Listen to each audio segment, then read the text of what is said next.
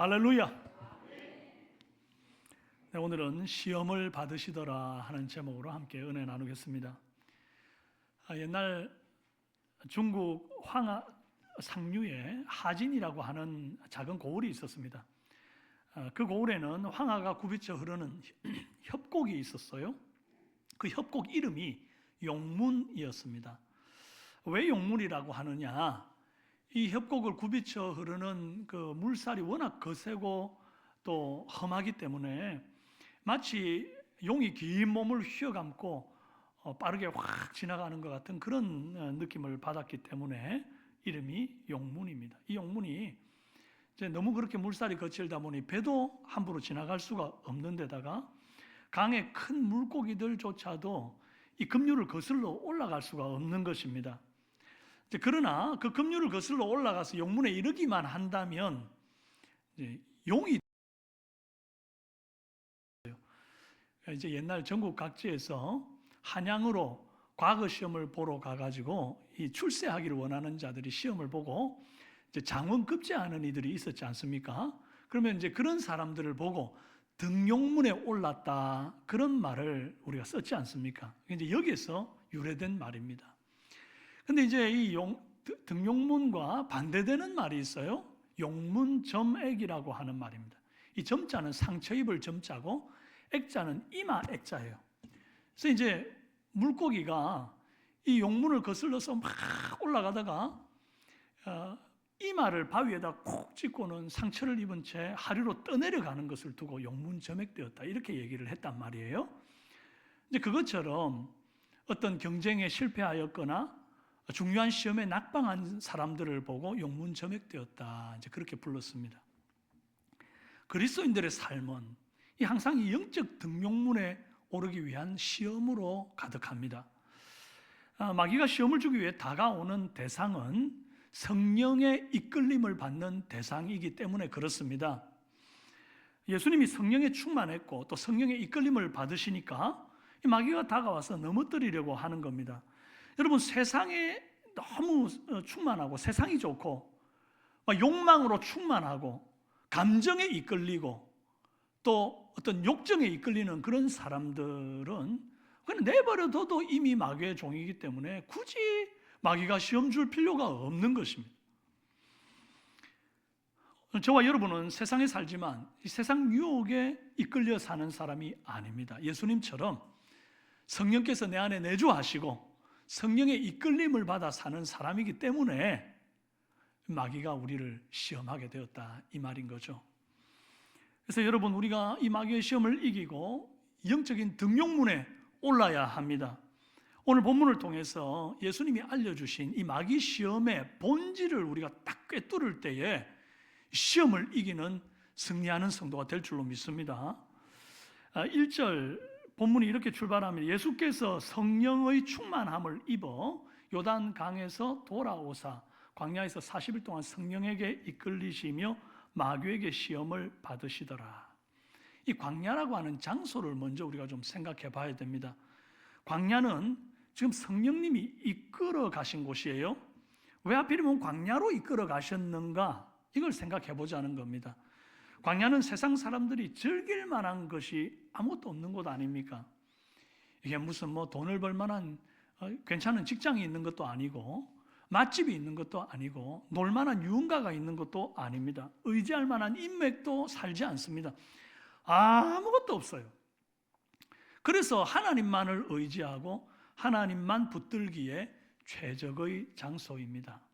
하나님은 구약시대에도 출애굽한 이스라엘 백성을 제일 먼저로 광야로 데리고 나오셨어요. 거기에서 만나를 주셔서 먹이시고 불기둥과 구름기둥을 주셔서 백성들로 하여금 어디로 가야 될지 길을 찾게 하시고 이끌어 주셨습니다. 홍해를 가르시면서 하나님의 하나님 되심을 가만히 서서 볼 수 있도록 하셨어요.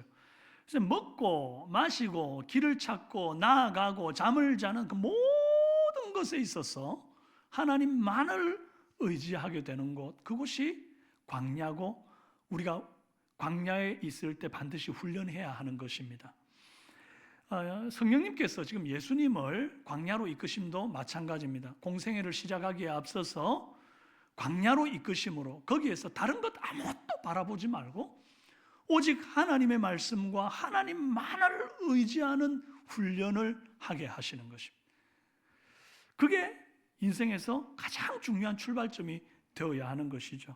혹시 여러분이 지금 아무도 의지할 곳이 없고 참 외롭고 척박한 광야 같은 시간을 지나가고 계신다면 지금 여러분이 처한 그 상황이 광야이고 그곳을 이끄신 것은 성령님이십니다. 뭐 하라고요? 거기에서 하나님만을 의지하는 주의 말씀만을 붙드는 그런 훈련을 하도록 하기 위함입니다. 우리를 죽이려 함이 아니라 우리를 더 승리하게 하는 그 밑거름을 다지는 과정이에요. 초석을 다지는 과정인 줄로 믿으시기를 바랍니다. 성령님은 이제 예수님을 광야로 이끌어 오는 역할만 했지 도와주지를 않습니다.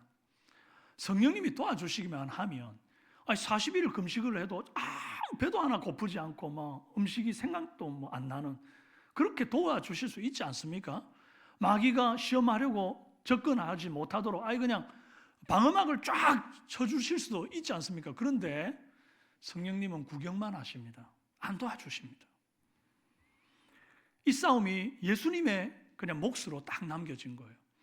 예수님께서 성령에 이끌려 마귀에게 시험을 받으러 광야로 가신 이 사건을 우리가 잘 연구해 보면 우리 인생의 시험에 관한 많은 인사이트를 얻을 수 있습니다. 먼저 시험 장소가 왜 광야인가? 이런 질문을 한번 던져봅시다. 읽어봅시다. 예, 보는이 없을 때 죄짓기 딱 좋기 때문이에요. 예, 읽어봅시다.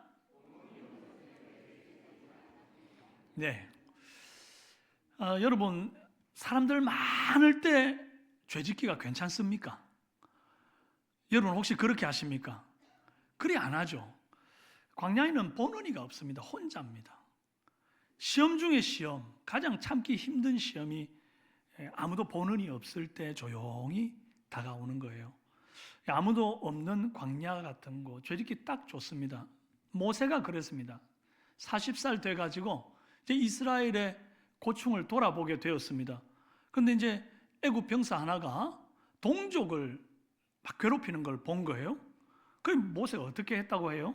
출애굽기 2장 12절에 어떤 애굽 사람이 어떤 히브리 사람 곧 자기 형제를 치는 것을 본지라 좌우로 살펴 사람이 없음을 보고 그 애굽 사람을 쳐 죽여 모래에 감추니라.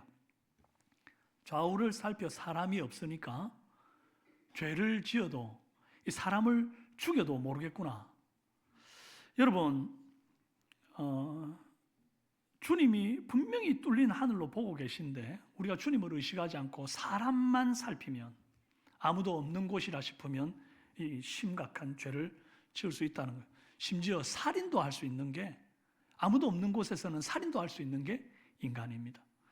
열왕기하 5장에서 엘리사의 사환 게하시가 나아만 장군에게 가가지고는 돈과 이것저것을 뜯어냅니다. 그래가지고는 아무도 보는 이 없는 자기 집에다가 이렇게 숨겨요. 그래놓고는 이제 아무 일도 없는 것처럼 엘리사에게 나오거든요. 결국 어떻게 됩니까? 나아만의 문둥병이 자기에게 다 옮겨갑니다. 사도행전 5장에서 아나니아와 삽비라 부부가 땅을 팔고 그 땅값의 얼마를 아무도 보는 이 없을 때 감춥니다. 그러고는 마치 전부를 가져온 것처럼 성령을 속입니다. 그래서 결국 그 자리에서 즉사하고 말죠. 여러분, 아무도 보지 않는 광야 같은 곳이야말로 마귀의 강교한 속임수가 확성기처럼 커지는 곳이고 우리의 양심에 말씀하시는 성령의 음성은 모기 소리처럼 작아지는 곳입니다. 사람들이 볼 때는 온몸이 정결한 척 하다가도 사람들이 보지 않는 곳에, 나를 알아보는 이가 없는 곳에만 가면 죄 짓는데 담대해지는 사람들이 있습니다. 운전만 하면 본색이 나오는 분들이 있어요. 그래가지고 막 입이 걸고 험한 욕을 하는 분들이 계십니다. 우리 중에는 없지요. 예, 없는 줄 믿습니다. 산업 폐기물을 아무도 보지 않는 밤에 방류하는 악덕 기업주들 있습니다. 아무도 도와줄 사람이 없는 외국인 노동자들을 함부로 학대하고 월급 가지고 장난치는 못된 사장들이 있으면 우리 중에는 없지요. 아무도 보지 않을 때 자동차로 사람을 치고 뺑소니 하는 사람도 있습니다. 아무도 보지 않는다고 새벽에 쓰레기 몰래 버리는 사람도 있습니다. 우리 중에는 없지요. 믿습니다. 여러분, 본원이가 없을 때 우리가 죄의 유혹에 취약해지게 되는 것입니다. 교회에서 성도들 앞에서 뭐 할 때 양심에 꺼리끼는 게 있다고 한다면 혼자 있을 때도 안 하시기를 부탁합니다. 만약 혼자 있을 때 유혹받고 넘어질 것 같거든 자꾸 동역자들과 함께 있는 훈련을 하십시오. 오늘 우리 박웅주 장로님께서 기도하실 때 전도서 4장 12절 말씀 붙들고 기도하셨는데 뭐 혼자서는 원수에게 패해요. 자, 쉬운 성경 번역으로 한번 읽어봅시다. 시작. 혼자서는 원수에게 패하더라도 둘이라면 능히 방어할 수 있다. 세 겹으로 꼰 줄은 쉽게 끊어지지 않는 법이다. 아멘. 여러분, 혼자서는 이 원수, 악한 마귀의 이 시험에 넘어질 수 있어요. 이기지 못할 수 있어요. 그러나 둘이면 됩니다. 셋이면 된다고요. 그래서 우리가 교회에 이렇게 모이는 것입니다. 그래서 모이기를 힘쓰라, 모이기를 패하는 어떤 사람들 습관과 같이 하지 말라고 주님이 말씀하신 것입니다. 여러분, 우리가 목장 모임을 하는 이유도 그것 때문입니다. 할 수만 있으면 더 자주 모이실 때 우리가 더 자주 유혹을 이길 수 있을 줄로 믿습니다. 그런데 항상 교회 모일 수 있는 것도 아니고 또 항상 목장에 성도님들과 함께 있는 것도 아니잖아요. 그렇기 때문에 홀로 있을 때 더욱 자신을 지키고 원수 마귀의 시험의 본질을 꿰뚫어 보는 영적 통찰이 우리 안에 열리기를 주님의 이름으로 축원합니다. 마귀의 시험이 왜 세 가지인가? 이 두 번째 질문인데 읽어봅시다. 여러분, 세 가지까지 시험이 간다는 게 여러분 이상하지 않습니까? 왜 세 번째 시험까지 갔느냐? 그 이유는 아주 간단한데 세 번째 시험에서 예수님께서 사탄아 물러가라 명령했기 때문입니다. 이게 이제 누가복음에는 사탄아 물러가라 이 말이 안 나오는데 이 병행구절인 마태복음 4장에는 정확하게 나와 있습니다. 4장 4절에 첫 번째 시험을 이제 주죠. 돌이 변하여 떡덩이 되게 하라. 그러니까 예수님이 하는 말씀이 예수께서 대답하여 이르시되 기록되었으되 사람이 떡으로만 살 것이 아니오 이렇게 나가요. 그 다음에 7절에 예수께서 이르시되 또 기록되었으되 그래요. 10절에 이제 마지막 시험에서 예수께서 말씀하시되 사탄아 물러가라 기록되었으되 기록되었으되 앞에 다른 건 그냥 다 이르시되 기록되었으되 이렇게 하고 마는데 세 번째 시험에서 비로소 예수님이 사탄아 물러가라 그래요. 그러고 나니까 이 마귀가 두 번 다시 안 오는 거죠. 여러분, 만약에 사탄아 물러가라 예수님께서 세 번째 안 했으면 네 번째 오고 다섯 번째 오고 100번째까지 와서 예수님을 시험에서 넘어뜨리려 했을 것입니다. 마귀는 우리가 단호하게 물러가라고 외치지 않으면 또 오고 또 옵니다. 절대 호락호락하게 물러가 주지를 않아요. 오늘 누가복음 본문 13절에도 마귀가 모든 시험을 다한 후에 얼마 동안 떠나니라 이래요. 예수님이 그렇게 명했는데도 영원히 떠나는 게 아니라 얼마 동안 떠나니라. 아주 끈질깁니다. 우는 사자처럼 호시탐탐 할 수만 있으면 택한 백성이라도 넘어뜨리려 하는 이 악한 마귀의 이 괴계를 우리가 단호하게 끊어내야 된다 이 말이죠. 주님은 이 끈질긴 사탄을 대적하는 방법은 사탄아 물러가라 이렇게 외쳐야만 두 번 다시 안 온다. 그걸 이제 알려주시는 거예요. 자, 그렇다면 왜 첫 번째 시험에서 사탄아 물러가라 라고 하지 않았을까? 이것도 궁금하지 않습니까? 누가복음 4장의 25절을 보면 이게 예수님께 귀신 들린 자가 나와요. 그때 예수님이 한마디로 정리합니다. 귀신아 잠잠하고 그 사람에게 나오라. 한마디 딱 했더니 바로 귀신이 나가버려요. 한 방이면 된다 이 말이에요. 그럼 예수님이 마귀가 첫 시험하러 이 돌이 변하여 떡덩이 되게 하라 할 때 그때 바로 사탄아 물러가라 그랬으면 두 번째 시험 세 번째 시험 언강생신 그거 좋겠습니까? 안 된단 말이에요. 그런데 왜 예수님은 처음부터 마귀를 쫓아내지 않고 두 번째 시험 세 번째 시험까지 다 받고 난 후에 사탄아 물러가라 그렇게 쫓아내셨는가 하는 거예요. 그 이유는 사탄이 어떤 패턴으로 시험하는지 오고 오는 세대들에게 가르쳐 주시기 위함이라고 생각합니다. 지피지기면 백전백승이라고 사탄이 주는 시험의 패턴을 잘 알아야 그 시험에 대비할 수가 있지 않습니까? 그럼 마귀도 이 시대에 따라 유혹의 방법이 달라집니다. 패턴이 달라져요. 그래서 오늘 21세기를 사는 우리들에게 이 달라진 마귀의 마귀의 그 시험의 패턴을 알고 공략법을 알려주시기 위함이라고요. 구약시대 사탄이 욥을 시험했을 때 그 시험 방법이 아주 뻔한 수였습니다. 그게 뭔가 하니까 첫 번째 욥의 소유를 치는 것이었습니다. 그래가지고 욥의 뼈와 살을 치는 소유를 치는데 소와 양과 약대와 그 다음에 자식들을 다 죽여버려요. 그 다음에 둘째는 욥의 뼈와 살, 이 몸을 치는 거예요. 병을 주는 거예요. 그래서 몸에 발바닥에서부터 정수리까지 악창이 나가지고 재에 앉아서 기와장으로 벅벅 긁는 그런 고통을 줬습니다. 소유와 건강을 치는 아주 어떤 의미에서 딱 사탄스러운 그런 전략이죠. 뻔해요. 못됐잖아요. 그런데 신약시대의 사탄은요, 이 전략을 달리했습니다. 때리고 죽이고 아프게 하고 이렇게 무섭게 하는 방법이 아니에요. 굉장히 달콤하게, 굉장히 유혹받을 만하게 그렇게 접근한다는 것. 첫 번째 시험은 40일이나 금식해서 줄이신 예수님을 향해서 네가 만일 하나님의 아들이거든 명하여 이 돌들이 떡덩이 되게 하라 그랬지 않습니까?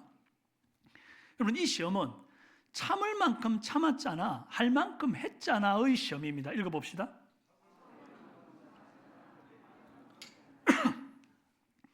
여러분, 이 첫 번째 시험이 시작된 때가 언제입니까? 2절에 이 모든 날에 아무것도 잡수시지 아니하시니 날수가 다함에 줄이신지라. 예수님이 성령의 충만을 받고 성령에 이끌려 광야에서 시험을 받는데 이게 작정한 40일 금식기도 시작할 무렵에 마귀가 접근한 게 아닙니다. 언제요? 날수가 다함에 줄이신지라. 사람이라면 너무 배가 아파서 이제 더 이상 눈에 뵈는 게 없을 때 그때 다가와요. 마귀가 덤벼드는 타이밍이 있는데 언젠가 성령 충만할 때가 아닙니다. 성령 충만할 때는 어떤 유혹이 와도 흔들리지 않는다는 것쯤은 마귀도 알아요. 여러분, 우리가 건강하고 힘이 있고 영적으로 짱짱할 때는 마귀가 접근 못합니다. 접근해봐야 소용없거든요. 그런데 예수님이 요단강에서 성령 충만해서 돌아왔고 그때로부터 40일 금식하면서 극도로 배고프고 피곤하고 그래서 육체의 소욕이 커진 이 금식 막바지에 와가지고 마귀가 접근하더라 이 말이에요. 여러분, 성령의 충만이 사그라들고, 성령은 계속 한 번 충만하면 끝까지 충만한 게 아니죠. 모세가 하나님을 배웠을 때 그 얼굴에 영광의 광채가 났는데 이게 막 끝까지 광채가 난 게 아니라고요. 시간이 지나니까 사그라든단 말이죠. 여러분, 성령의 충만은 그때 성령께서 부어주시고 은혜를 주실 때 단회적으로 일어나는 일들인데 내주하시면 끝까지 가는 거예요. 근데 어쨌든 이렇게 이 충만함이 계속 가는 게 아니기 때문에 시간이 들고 점점 우리의 욕구가 커지고 영적으로 취약해진 때, 그때를 마귀가 알고 있는 거예요. 기다리는 거예요. 그래서 몸이 극도로 쇠약할 때, 돈이 많이 궁할 때, 지나치게 외로울 때, 막 성욕을 주체할 수 없을 만큼 커질 때, 분노가 머리 끝까지 솟구칠 때, 그때 조심해야 합니다. 마귀는 그때를 기다렸다가 딱 건드리는 거예요. 그때 뭐라고 우리에게 속살거리느냐 하니까, 너 할 만큼 했잖아. 너 금식 할 만큼 했잖아. 꼭 40일 채워야 돼. 그거 교만 아닐까? 할 만큼 했어. 야, 이 돌멩이 변해서 떡 하나 만들어 먹는 거, 그게 이것쯤이야. 안 되겠니? 이런 식으로 유혹에 넘어간 사람이 많이 있었습니다. 에서가 그랬어요. 사냥 나갔다가 배가 너무 고팠어요. 눈앞에 뵈는 게 없습니다. 그때 배고픈 거 참을 만큼 참았다 할 때, 이때 붉은 죽 하나에 영적인 장자권을 팔아버리는 거예요.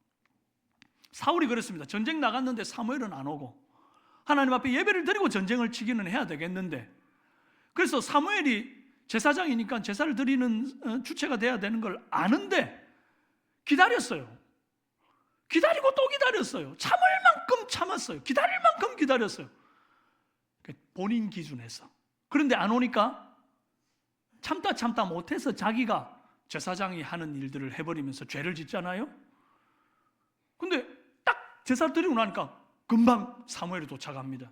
그러니까 참을 만큼 참았다는 건 누구 기준이에요? 내 기준이에요. 여러분, 폭력범이나 살인범들 다들 변명이 있습니다. 참다 못해서 때렸다 죽였다. 자식들을 버리고 떠나는 부모들, 그 변명거리가 있습니다. 뭡니까? 참다 못해서 나도 이런 방식을 택할 수밖에 없어. 내가 다 버리고 떠날 수밖에 없었다. 그렇게 말합니다. 다들 참을 만큼은 참죠. 그런데 그 참음에 육체적 한계가 올 때에 마귀가 등장한다는 거예요. 그때 넘어지지 않는 것이 성도의 삶이라고 예수님께서 몸소 이렇게 보여주고 계신 겁니다. 참을 만큼 참았을 때 마귀가 다가와서 널 유혹할 텐데 그때 넘어지면 안 된다. 그걸 보여주신다고요. 참다 못해서 결국 사고를 치니까 이게 3-4번 아닙니까? 여러분, 그래서 예수님께서 몇 번 참으라 그랬어요? 70번씩 7번이라도 참으라. 여러분, 참고 유혹을 이기는, 참다 못해서 일 저지르지 않는 그런 저와 여러분 되시길 바랍니다. 두 번째 시험은 예수님이 마귀 앞에 엎드려 경배하면 이 천하를 너에게 주겠다. 그런 시험이었죠. 여러분, 이 시험은 딱 한 번 눈 감고 하면 다 줄게의 시험입니다. 읽어봅시다.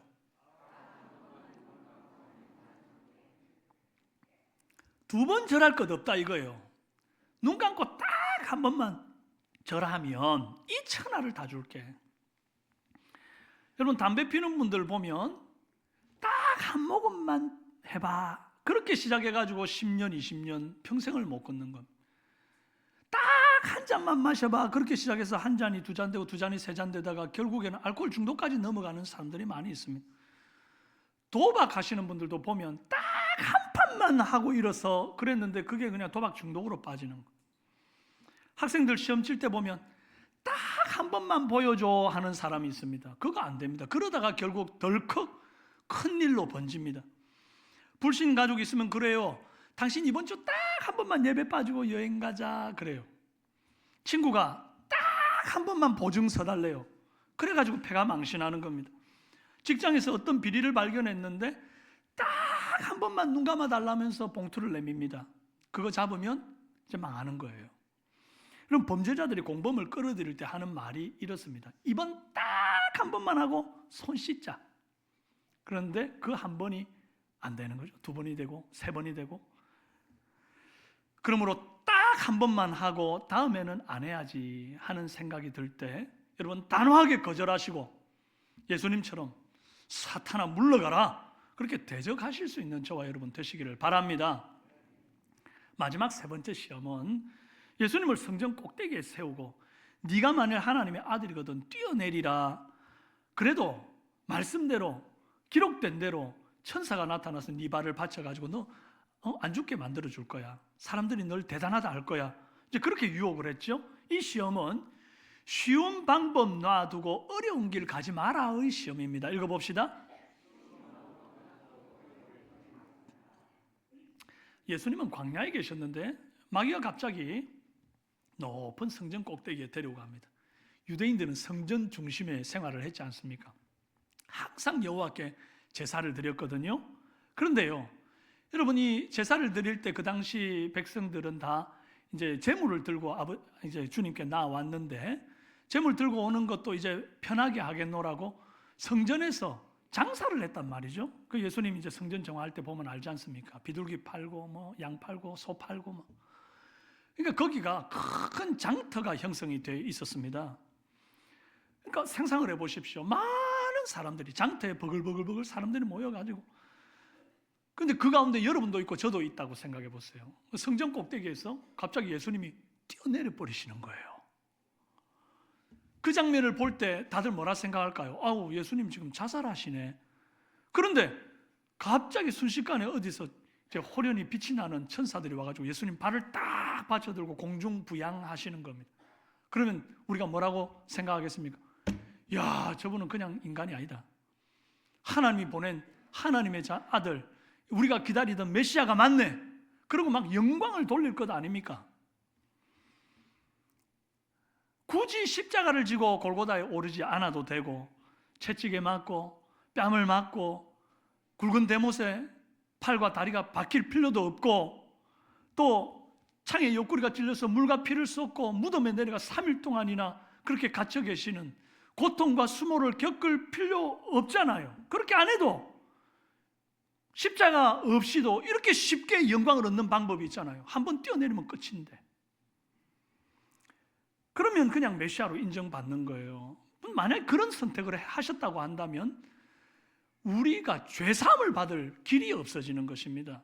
예수님이 오신 목적이 뭡니까? 성육신 하신 목적이 우리의 죄를 대속하시기 위한 대속 제물로 오신 건데, 단순히 자기가 영광을 얻고 메시아임을 인정받는 것으로 끝을 내고 싶다 그랬다면 예수님도 오신 목적을 이루지 못하니까 실패하게 되는 것이고, 우리도 구원받지를 못하니까 실패하게 되는, 다 실패하는 거예요. 마귀만 승리하는 거예요.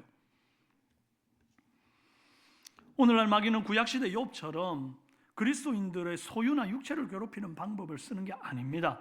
십자가 없는 영광을 얻는데 힘쓰게 만들어요. 아주 쉬운 길을 가도록, 십자가의 길을 가지 말고 좀 쉬운 길 가도록 그렇게 유혹을 한다고요. 교회 다녀도 좋다. 그런데 예수한테 미치지는 마라. 너무 깊이 빠지지는 마라.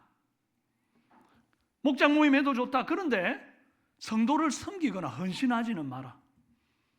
전도해도 좋다. 그런데 그들을 위해서 수고하지는 말아라. 그럼 십자가 없이도 얼마든지 신앙생활 하는 것처럼 보일 수 있잖아요.